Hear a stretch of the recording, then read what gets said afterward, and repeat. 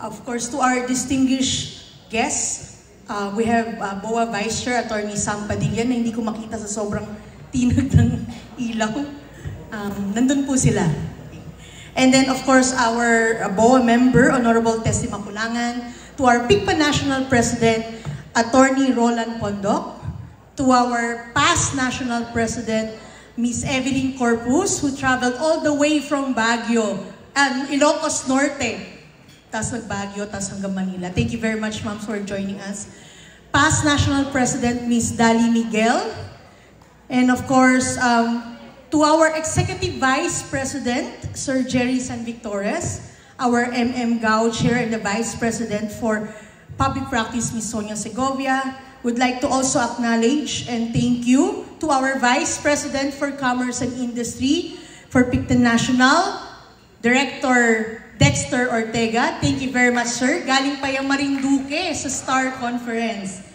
We'd like to also acknowledge the Northern Luzon Regional Director, Ms. Edith Tan. Ma'am Edith, thank you very much.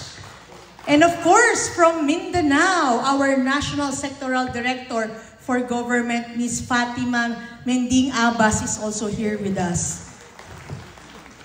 And of course, to our respective awardees, our past MMR chairs and GAO chairs, who will be awarded and introduced later, to our valued members and officers of the PICPA Metro Manila Region, and of course, the chapter officers, and to our future leaders.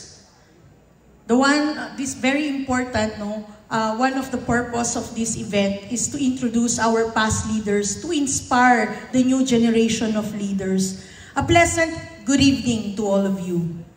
It is with great honor and heartfelt gratitude that I welcome you all at this momentous event and the ceremony for the conferment of the PICPA Metro Manila Excellence Award. This evening is dedicated to the honoring of the vision and a commitment, as well as the enduring legacy of our past MMR Chair and past MMGAO Chair. Tonight, we gather not only to celebrate individuals' achievements, but also to pay tribute to the enduring spirit of the service that has been the foundation of this organization. Above all else, we are here to honor the commitment of our core values: integrity, excellence, service, and professional growth. These values have guided us through the years and has uplifted our community through generations. You know, PICPA MMR's strength, resilience, and stature is not a product of chance.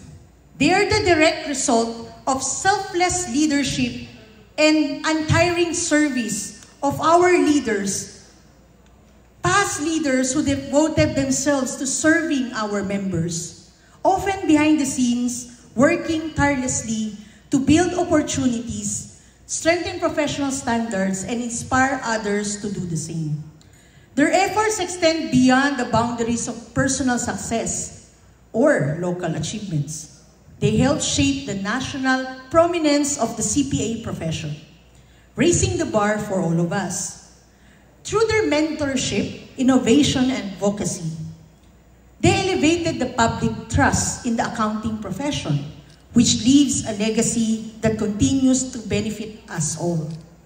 The Excellence Awards we present tonight are more than just recognition of past achievements. They are shining reminders of our collective responsibility. They call each of us to a higher purpose, to serve with a heart, to lead with integrity, and to ensure that PICPA Metro Manila Region and MMGAO remains a beacon of excellence for the generations to come. Let this ceremony be both a tribute and a call to action. A tribute to those who led selflessly and courageously, and a call for all of us in the future generation of leaders to follow their example.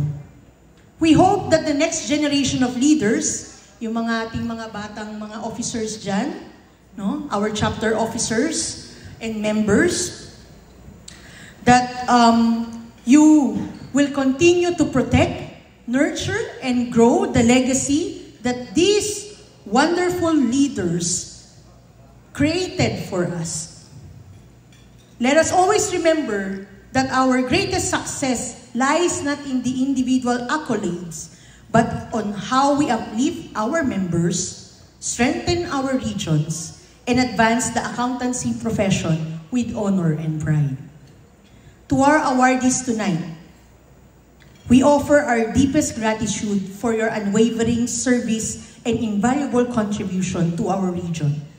You have not only built a strong foundation for our Metro Manila region and MMGAO, but also raised the reputation and the future of the entire accountancy profession. Now, to our emerging leaders, may tonight light a fire within you to lead boldly and serve selflessly, knowing that through your efforts, you will help shape an even stronger and more vibrant CPA community. Before I end my message, I would like to commend and thank our Committee of the Gabi ng Parangal and Pasasalamat, especially to Mr. Afat Martinez.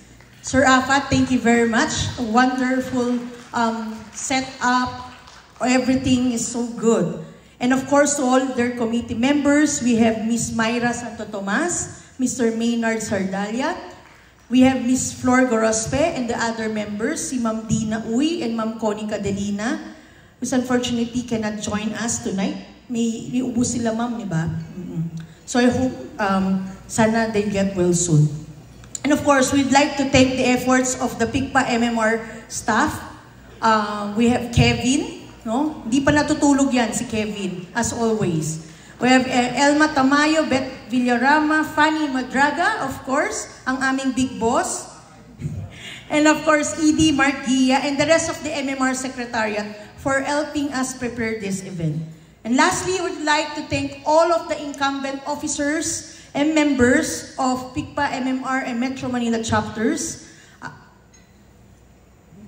led by, of course, our chapter president, Eastern Metro Manila Chapter President Attorney Olivier Asnar, Southern Metro Manila Chapter Mr. Joel Po, Western Metro Manila Chapter President Dean Jose Irineo, Northern Metro Manila Chapter President Ms. Ami Uy. Thank you very much, sir and ma'am, for continuously providing relevant projects to our members. And thank you also to our MMR Council members. We have RSR Ma'am Linda Demision.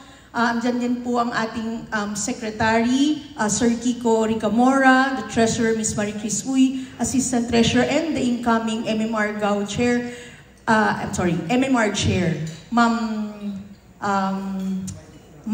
Mai Bisnar, and our VPO, incoming GAO Chair, Ma'am Tess Del Rosario.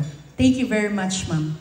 And of course, before I end, I would like to acknowledge and thank from our Northern Metro Manila Chapter, our past National President, Attorney Seni Alcantara, for all of the support, not only to Northern Metro Manila Chapter, but also to the whole Metro Manila region. So, ladies and gentlemen, it is time to honor the past and embrace the present and commit ourselves to a future built on excellence, unity, and service. Thank you very much. Thank you, Chair.